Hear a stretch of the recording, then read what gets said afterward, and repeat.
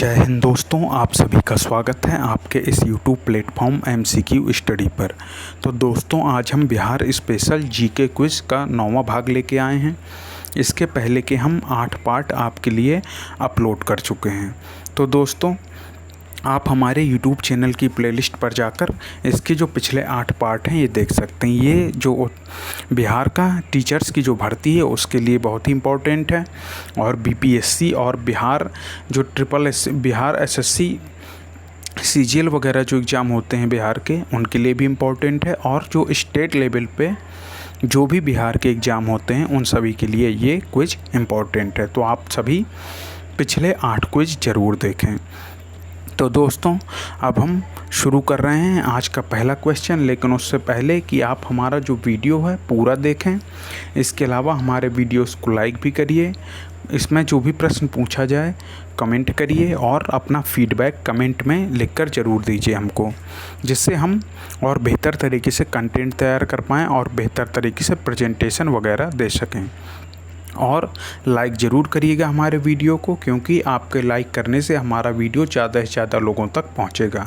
तो इस वीडियो को लाइक भी करिए।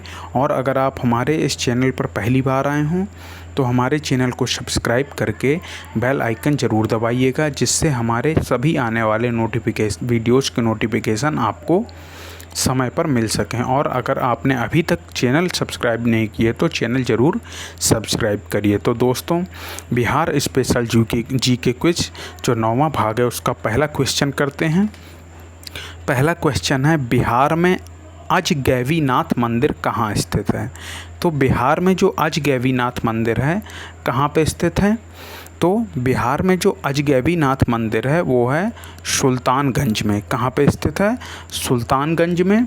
और ज़िला कौन सा लगता है? ये भागलपुर ज़िला लगता है, सुल्तानगंज में स्थित है। याद रखिएगा कौन सा मंदिर? अजगैबीनाथ मंदिर भागलपुर ज़िला के सुल्तानगंज जगह पर स्थित है। नेक्स्ट क्वेश्चन पर चलते हैं। नालंदा विश्वविद्यालय के प्रसिद्ध कुलपति कौन थे? नालंदा विश्वविद्यालय के प्रसिद्ध कुलपति जो थे आचार्य शीलभद्र थे। कौन थे? आचार्य शीलभद्र थे। ये किसने बताया है? ये बताया है जिस समय हर्षवर्धन का काल चल रहा था, और इसके समय चीनी यात्री ह्वेनसांग जब भारत आते हैं तो उनके समय पर नालंदा विश्वविद्यालय के कुलपति कौन थे? आचार्य शीलभद्र थे। याद रखिएगा। नेक्स्ट क्वेश्चन पर चलते हैं। किस शासक के प्रयासों से नालंदा विश्वविद्यालय की स्थापना हुई थी? तो नालंदा विश्वविद्यालय की स्थापना 450 ईस्वी से लेके 470 ईस्वी के बीच हुई। और इस समय कौन था शासक? कुमारगुप्त प्रथम ने इसकी स्थापना की थी। नालंदा विश्वविद्यालय की स्थापना कुमारगुप्त प्रथम ने की थी। ये तो स्थापना का हो गया, लेकिन जब नालंदा विश्वविद्यालय को तहस नहस यानी नष्ट किसने किया था? तो वो किया था बख्तियार खिलजी ने। बख्तियार खिलजी ने नालंदा विश्वविद्यालय को नष्ट किया था। और ये कब किया था? 1199 ईस्वी में इसने ऐसा किया था। नेक्स्ट पर चलते हैं। अगला क्वेश्चन देखते हैं। वैशाली में पुरातात्विक संग्रहालय की स्थापना कब हुई थी? वैशाली में एक पुरातात्विक संग्रहालय है, अगर उसकी स्थापना के बारे में बताया जाए तो कब हुई थी? ऑप्शन नंबर सी, 1945 में वैशाली के पुरातात्विक संग्रहालय की स्थापना की गई थी। याद रखिएगा। नेक्स्ट पर चलते हैं, और भी संग्रहालय देखते हैं। बोध गया में पुरातात्विक संग्रहालय की स्थापना कब हुई थी? ये बोध गया वही है जहाँ पर गौतम बुद्ध को ज्ञान प्राप्त होता है। याद रखिएगा। तो बोध गया में पुरातात्विक संग्रहालय की स्थापना कब की गई थी? तो बोध गया के जो पुरातात्विक संग्रहालय की स्थापना की गई थी सन 1956 में की गई थी। कब? 1956 में बोध गया के पुरातात्विक संग्रहालय की स्थापना की गई थी। अभी हमने बताया वैशाली के पुरातात्विक संग्रहालय की स्थापना कब की गई थी? तो 1945 में की गई थी। बोध गया के 1956 में की गई थी।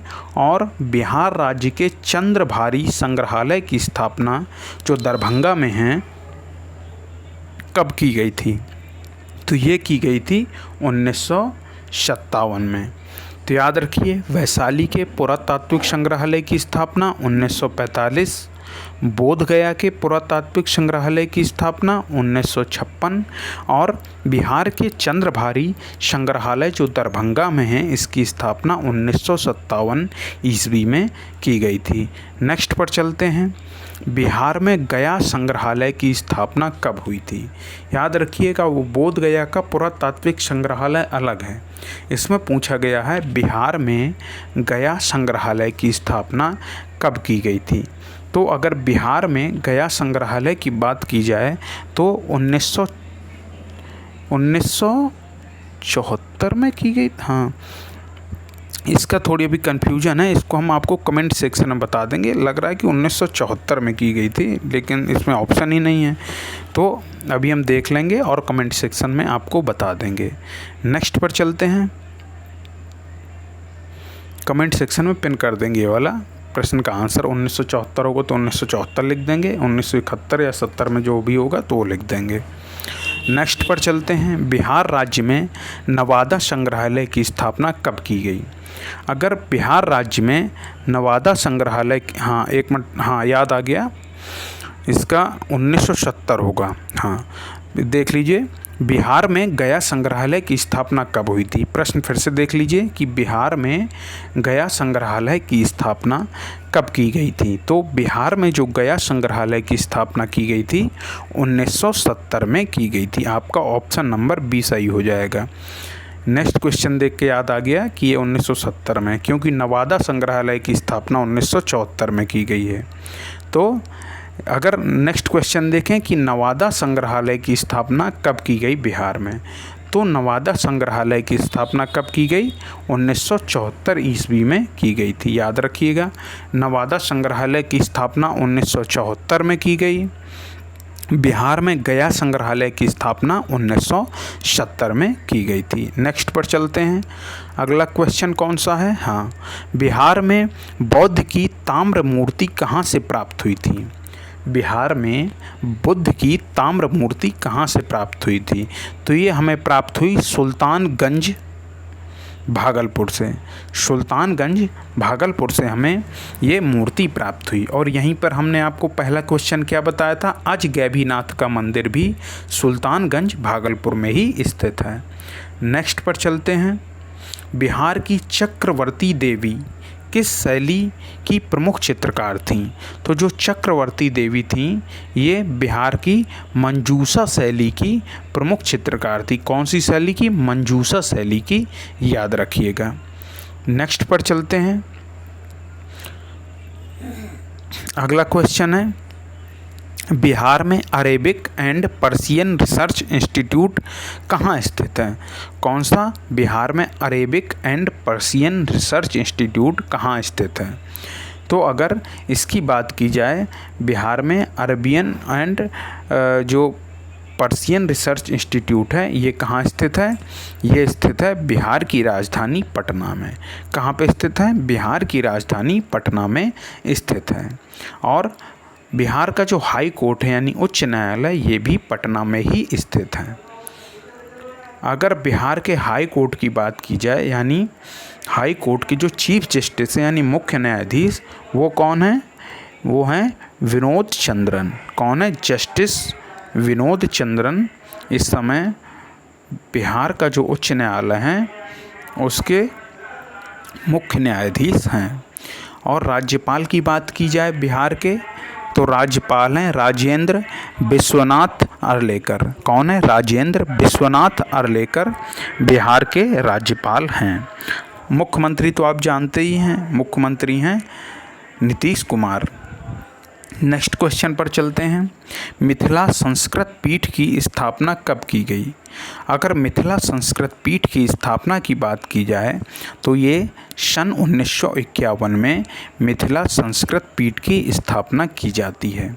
नेक्स्ट पर चलते हैं, बिहार राज्य के उत्तर दिशा में कौन सा देश है? हमने आपको बताया था कि बिहार के उत्तर में कौन है? नेपाल है, दक्षिण में झारखंड है, पूर्व में पश्चिम बंगाल है और पश्चिम में उत्तर प्रदेश है।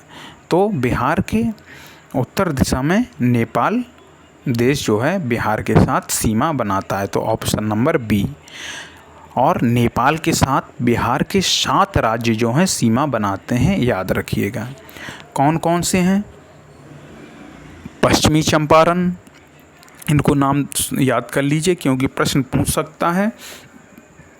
कैसा प्रश्न आएगा कि निम्न में से कौन नेपाल के साथ, निम्न में से बिहार का कौन सा जिला नेपाल के साथ सीमा नहीं बनाता है? तो आपको 3 दे देगा जो सीमा बनाते हैं, 1 दे देगा जो सीमा नहीं बनाता है, या फिर 2-2, 3-3 के जोड़े में दे देगा। तो इन 7 को याद रखिएगा। तो कौन कौन से हैं 7 जिले जो नेपाल के साथ सीमा बनाते हैं?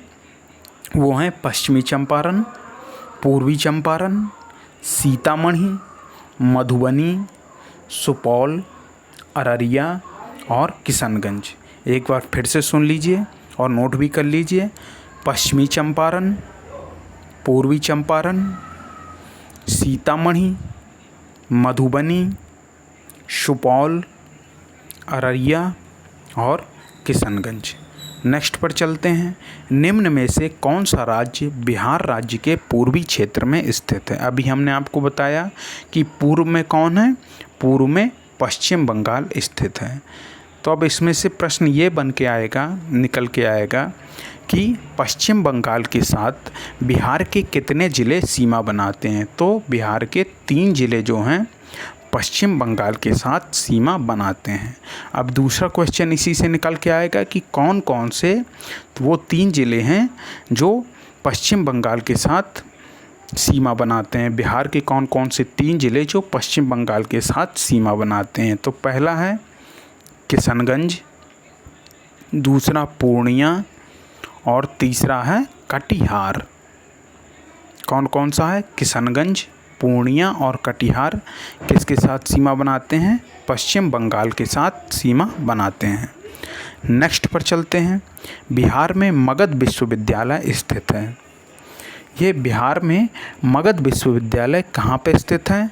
तो बिहार में अगर मगध विश्वविद्यालय की बात की जाए तो ये बोध गया में स्थित है। कहाँ पे स्थित है? बोध गया में बिहार का मगध विश्वविद्यालय स्थित है। इसकी स्थापना कब हुई थी? इसकी स्थापना 1962 ईस्वी में हुई थी। किसकी? मगध विश्वविद्यालय की स्थापना 1962 ईस्वी में हुई थी। किसने की थी इसकी स्थापना? इसकी स्थापना पूर्व मुख्यमंत्री सत्येंद्र नारायण सिन्हा ने की थी। किसने? सत्येंद्र नारायण सिन्हा ने इस मगध विश्वविद्यालय की स्थापना 1962 में बोध गया में की। नेक्स्ट पर चलते हैं। क्वेश्चन है राजेंद्र प्रसाद केंद्रीय कृषि विश्वविद्यालय कहाँ पर है? अगर राजेंद्र प्रसाद कृषि विश्वविद्यालय के बारे में पूछा जाए तो हम बताएंगे कि ये पूसा समस्तीपुर में स्थित है। पूसा जगह का नाम है और समस्तीपुर जिला में स्थित है। ये केंद्रीय विश्वविद्यालय है, लेकिन इसे केंद्रीय विश्वविद्यालय का दर्जा जुलाई 2014 में मिला था। नेक्स्ट पर चलते हैं। अगला क्वेश्चन है बिहार में इंदिरा गांधी मुक्त विश्वविद्यालय कहाँ पर है? तो वैसे तो आप जानते हैं कि इग्नू का जो मेन कैंपस है वो कहाँ है? दिल्ली में है। लेकिन इसमें पूछा है बिहार में इंदिरा गांधी मुक्त विश्वविद्यालय कहाँ पर है? तो इसका एक कैंपस बना होगा बिहार में, वो पूछा गया है कहाँ पर स्थित है। तो वो है बिहार की राजधानी पटना में ही इसका कैंपस जो है स्थित है, याद रखिएगा। नेक्स्ट पर चलते हैं। अगला क्वेश्चन है भूपेंद्र नारायण मंडल विश्वविद्यालय कहाँ पर है? कौन सा विश्वविद्यालय है? भूपेंद्र नारायण मंडल विश्वविद्यालय कहाँ पर है? तो अगर भूपेंद्र नारायण मंडल विश्वविद्यालय के बारे में बात की जाए तो ये कहाँ पर है? मधेपुरा में है। कहाँ पर है? मधेपुरा में भूपेंद्र नारायण मंडल विश्वविद्यालय स्थित है। इसकी स्थापना कब हुई थी? तो इसकी स्थापना 1992 में की गई थी। कब की गई थी? 1992 में। मधेपुरा में भूपेंद्र नारायण मंडल विश्वविद्यालय स्थित है। नेक्स्ट क्वेश्चन पर चलते हैं। बिहार में महात्मा गांधी सेतु किस नदी पर बना हुआ है? तो बिहार में जो महात्मा गांधी सेतु है वो गंगा नदी पर बना हुआ है, याद रखिएगा। किस नदी पर? गंगा नदी पर बना हुआ है। नेक्स्ट पर चलते हैं। अगला क्वेश्चन है, मगध राज्य की राजधानी राजगृह का निर्माण किसने किया था? तो जो मगध राज्य की राजधानी थी राजगृह, इसका निर्माण किसने किया था? इसका निर्माण महागोविंद ने किया था, याद रखिएगा। मगध राज्य की राजधानी राजगृह का निर्माण महागोविंद ने किया था। और पटना का संस्थापक, पटना यानी पाटलिपुत्र का संस्थापक किसे माना जाता है? वो उदयन को माना जाता है। नेक्स्ट पर चलते हैं। बिहार राज्य की पहली रेलवे का क्या नाम था? बिहार राज्य की पहली रेलवे का क्या नाम था? तो बिहार राज्य की जो पहली रेलवे थी उसका नाम था ईस्ट इंडिया रेलवे, इसे याद रखिएगा। नेक्स्ट क्वेश्चन पर चलते हैं। बिहार के किस नगर में पहला दूरदर्शन केंद्र स्थापित किया गया था? तो ये याद रखिएगा कि ये मत सोचिएगा कि बिहार की राजधानी पटना है इसलिए पटना में ही पहला दूरदर्शन केंद्र स्थापित किया गया होगा, गलत हो जाएगा। इसमें ऑप्शन रहेगा ऑप्शन नंबर डी, मुजफ्फरपुर में, बिहार में मुजफ्फरपुर नगर में बिहार का पहला दूरदर्शन केंद्र स्थापित किया गया था। कहाँ पे किया गया था? मुजफ्फरपुर में बिहार का पहला दूरदर्शन केंद्र स्थापित किया गया था, ये याद रखिएगा। नेक्स्ट पर चलते हैं। अगला क्वेश्चन है, बिहार के भिखारी ठाकुर किस क्षेत्र में प्रसिद्ध हैं? भिखारी ठाकुर जो थे बिहार के, ये एक लोक कलाकार के रूप में प्रसिद्ध हैं। इन्हें भोजपुरी का शेक्सपियर कहा जाता है। आप विलियम शेक्सपियर को तो जानते ही होंगे। इन्हें भोजपुरी का शेक्सपियर कहा जाता है। किसको? भिखारी ठाकुर को। ये प्रश्न भी आपका बन सकता है, तो इसे भी याद रखिएगा। तो भिखारी ठाकुर एक लोक कलाकार थे, तो इसमें ऑप्शन नंबर बी कर देते हैं कि ये एक नाटककार थे। और अगर भिखारी ठाकुर के बारे में बताया जाए तो इनका जन्म जो है सारण जिला के कुतुबपुर दियारा में जन्म हुआ था। कहाँ पर? सारण जिला के कुतुबपुर दियारा में इनका जन्म हुआ था। और सारण जिला का आप याद रखिएगा, प्रश्न पूछा जा सकता है कि सारण जिला का मुख्यालय कौन है? तो सारण जिला का मुख्यालय जो है छपरा है। कौन है? छपरा जो है सारण जिले का मुख्यालय है। नेक्स्ट क्वेश्चन पर चलते हैं। नेक्स्ट क्वेश्चन है, प्राचीन काल में बिहार को किस नाम से जाना जाता था? तो आप तो जानते ही हैं कि प्राचीन काल में बिहार को मगध नाम से, मगध प्रदेश नाम से जाना जाता था। Option number C. अगर मगध के बारे में बात की जाए कि मगध प्रदेश का सर्वप्रथम उल्लेख हमें कहाँ मिलता है, तो हम बताएंगे कि अथर्ववेद में सर्वप्रथम हमें मगध का उल्लेख मिलता है। नेक्स्ट पर चलते हैं। अगला क्वेश्चन है, बिहार में सूती वस्त्र उद्योगों के केंद्र हैं। तो बिहार में जो हैं सूती वस्त्र उद्योगों के केंद्र कौन कौन से हैं? गया भी है, फुलवारी शरीफ भी है और मुजफ्फरपुर भी है। तो उपरोक्त सभी इसमें से सही हो जाएगा।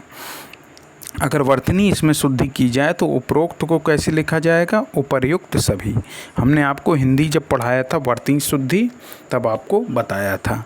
हिंदी की प्लेलिस्ट भी आपको हमारे डिस्क्रिप्शन बॉक्स में मिल जाएगी, तो आप जाकर उसे भी देख सकते हैं। और दोस्तों, अगर आपको हमारे वीडियो पसंद आ रहा हो, आपको हमारा ये जो कंटेंट है ये पसंद आ रहा हो, तो आप हमारे वीडियोज़ को लाइक ज़रूर करिए। और अगर आपने अभी तक हमारे चैनल को सब्सक्राइब नहीं किया है तो सब्सक्राइब करके बेल आइकन ज़रूर दबाइए, जिससे आपको हमारे आने वाले वीडियोज़ के सभी नोटिफिकेशन मिल सकें। और वीडियोस को लाइक भी करिएगा। आपके लाइक करने से हमें मोटिवेशन तो मिलता ही है और हमारे वीडियोस ज़्यादा से ज़्यादा लोगों तक रिकमेंड भी किए जाते हैं। और आपसे जो भी प्रश्न पूछा जाए या जो भी आपका फीडबैक हो, आप हमारे कमेंट सेक्शन में लिख सकते हैं, अपना फीडबैक दे सकते हैं। तो दोस्तों, नेक्स्ट क्वेश्चन है, बिहार में कहाँ पर एकमात्र तेल शोधक कारखाना है? तो बिहार में जो एकमात्र तेल शोधक कारखाना की बात की जाए तो बिहार में एकमात्र तेल शोधक कारखाना कहाँ पे है? ऑप्शन नंबर सी, बरौनी में बिहार का एकमात्र तेल शोधक कारखाना है। नेक्स्ट पर चलते हैं। अगला क्वेश्चन है, बिहार की पहली मैथिली फिल्म कौन सी है? अगर बिहार की जो पहली मैथिली फिल्म की बात की जाए तो ये 1965 में आई हुई, यानी 1965 में रिलीज हुई कन्यादान जो है बिहार की पहली मैथिली फिल्म मानी जाती है। कौन सी मानी जाती? कन्यादान, जो 1965 में रिलीज हुई थी। नेक्स्ट पर चलते हैं। अगला क्वेश्चन कौन सा है? बिहार के प्रथम महाकवि कौन है? तो बिहार के जो प्रथम महाकवि माना जाता है, किसको माना जाता है? विद्यापति को बिहार के प्रथम महाकवि माना जाता है। इन्होंने मैथिली, संस्कृत भाषाओं में रचना की और इन्होंने अवहट्ट भाषा का भी प्रयोग किया था। किसका? अवहट्ट भाषा का प्रयोग किया था। विद्यापति को मैथिल कोकिल उपनाम से भी संबोधित किया जाता है। किस नाम से? मैथिल कोकिल उपनाम से भी विद्यापति को संबोधित किया जाता है। तो याद रखिएगा, अगर आपसे प्रश्न पूछा जाए कि मैथिल कोकिल कौन है तो आप बताएंगे विद्यापति हैं। नेक्स्ट पर चलते हैं। बिहार की प्रथम महिला मुख्यमंत्री कौन है? तो बिहार की प्रथम महिला मुख्यमंत्री कौन है? इनमें से राबड़ी देवी जो हैं वो बिहार की पहली महिला मुख्यमंत्री हैं। राबड़ी देवी अभी तक कितनी बार रह चुकी हैं मुख्यमंत्री? तो 3 बार राबड़ी देवी बिहार की मुख्यमंत्री रह चुकी हैं। और ये पहली बार कब बनी थी मुख्यमंत्री? राबड़ी देवी जी पहली बार 25 जुलाई 1997 को मुख्यमंत्री बनी थी, जब इनके पति लालू प्रसाद यादव बहुचर्चित चारा घोटाला में पकड़े गए थे। उन्हें जेल हो जाती है, तब ये 25 जुलाई 1997 को मुख्यमंत्री बनती हैं। और अगर भारत के किसी राज्य की पहली मुख्यमंत्री के बारे में बात किया जाए तो वो हैं सुचेता कृपलानी। सुचेता कृपलानी किस राज्य की मुख्यमंत्री बनी थी? तो उत्तर प्रदेश की मुख्यमंत्री बनी थी, याद रखिएगा। तो दोस्तों, आज का ये जो क्वेश्चन है, क्विज है, यहीं पर पूरा होता है। अगर आपको हमारा ये वीडियो पसंद आया हो तो लाइक करिएगा, कमेंट सेक्शन में अपना फीडबैक ज़रूर दीजिएगा, और आपने अगर अभी तक हमारा चैनल सब्सक्राइब नहीं किया है तो चैनल ज़रूर सब्सक्राइब करिएगा। तो दोस्तों, अब हम आपसे अपने नेक्स्ट वीडियो में मिलते हैं। जय हिंद, जय भारत।